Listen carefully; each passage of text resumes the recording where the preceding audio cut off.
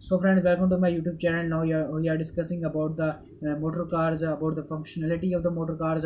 So in 1879, Benz was granted a patent for his first engine, which had been designed in 1878. Many of his other inventions made the use of the internal combustion engines feasible for powering a vehicle. His first motor gun was built in 1885 in Mehriam in Marathon Academy, Germany. He was awarded the patent for his inventions as of the application on the 29th January 1886 under the aspiration of his major company Benz and C, which was founded in 1883. Benz began promotion of the vehicle on 3 July 1886, and about 25 Benz vehicles were sold between 1888 and 1893. When his first four-wheeler was introduced along with a cheaper model, they also were powered with the four-stroke engines of his own design. So the Imarager of the France are already producing Benz engines under license now, or added the Benz car to his line of products because France was more open to the early cars. So initially more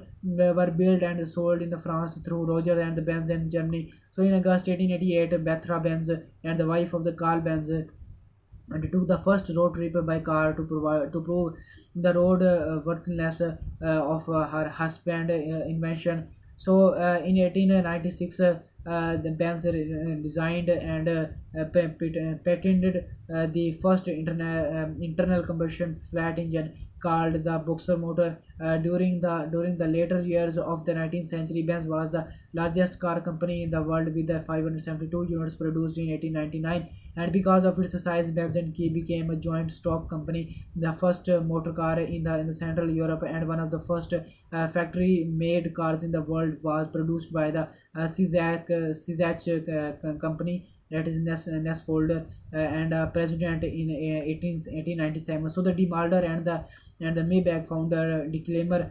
DMG in Canathon in 1890 and sold their first car in 1892 under the brand name Dilemma. It was a horse-drawn stage coach built by another manufacturer, which they retrofitted with an engine of their design. By 1895, about 30 vehicles had been built by the Daimler and the Mitsubishi, either at the Daimler work or at the Hotel Herman, where they set up shop after disputes with their backers. Benz, Mitsubishi and the Daimler team seem to have been unaware of each other early work. They never worked together by the time of the merger of the two companies. So Daimler and the Maybach were no longer part of the DMG. Daimler died in 1900s and the later that year. So the Maybach designed an engine named Daimler Mercedes that was placed in a specially ordered model built in the specification set by the Emil Jelinek. So this was a production of a small number of the vehicles for a Jelinek to race and market in his country. So the 2 years later, in 1902, a new model DMG car was produced, and that model Maybach quit DMG short after and opened a business of his own. So rights to the Daimler brand name were sold to the other manufacturers. In 1890, Emile Levener and the Armand Proucant of the France began producing vehicles with the Daimler engines, and so laid the foundation of the automotive industry in the France. So in 1891, Auguste Doriot so laid the foundation of the automotive industry in the France. In 1891, Auguste Doriot and his prudent colleagues Louis Roget completed the longest trip to a petrol-driven vehicle when their self-designed and built Daimler powered Buick Type 3 engine completed 2100 kilometers, about 1300 miles from the Vaglotoni to the Paris and Brest and back again. So they were attached to the first Paris bicycle race, but finished 6 days after the winning cyclist Charles Tarrant, and the first design of for an American car with a petrol internal combustion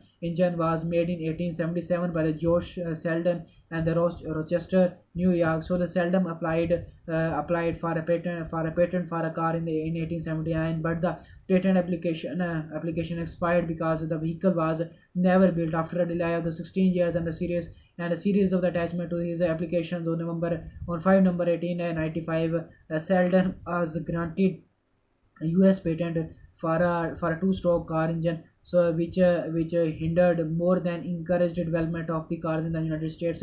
His patent was challenged by Henry Ford and others, and overturned in the 1911. So in 1893, the first running petrol-driven American car was built and road tested by the Dorman brothers of Springfield, Massachusetts, and the first public run of the Dure motor designs took place on the 21st September 1893 on the Taylor Street in the Metro Center, in Springfield.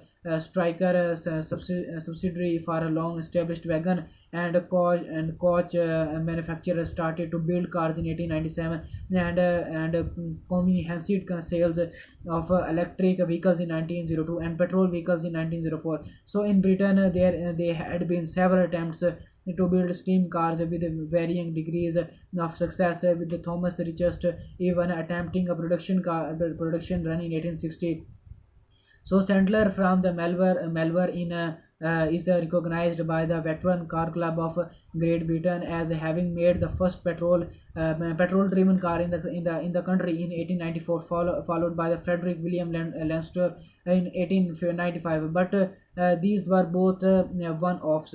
So the first production by the Harry J. Lobster in 1896, after purchasing the right to the use of the name of the engines, Lawson Company made its first car in 1897, and they bore the name Delimer. So in 1892, the German engineer Rudolf Diesel was granted a patent for a new rational combustion engine. In 1897, he built the first diesel engine, steam, electric, and the petrol-driven vehicle, completed for a few decades. And although various positionless rotatory engines designs have attempted to complete with the conventional pistons and crankshafts designs, only Mazda's version of the vehicle engine has had more than the very limited success. So all in one eliminated over 100,000 patents, created the modern automobiles and motorcycles. So the modern large scale production line manufacturing of the affordable cars was started by the Rosneft Olds in 1901 at its Oldsmobile factory in Lansing, Miguel, and based upon the stationary assembly line. The technology is pioneered by the Mark is Bart Donald at the Promote block mills. So in England in 1802, the assembly line style of the mass production and interchangeable parts had been pioneered in the US by the Thomas Blackshirt in the 1821. So at the Springfield Harmony in Springfield, Manchester, the concept was greatly expanded by the Henry Ford beginning in 1913 with the world first moving assembly line for the cars at the Highland Park Ford plant. So as a result, Ford cars come off the line in the 15 minutes interval, much faster than the previous methods, increasing productivity at field while using less manpower, from 12.5 man hours to the 1 hour 33 minutes. It was so successful. Paint became a portable Hank.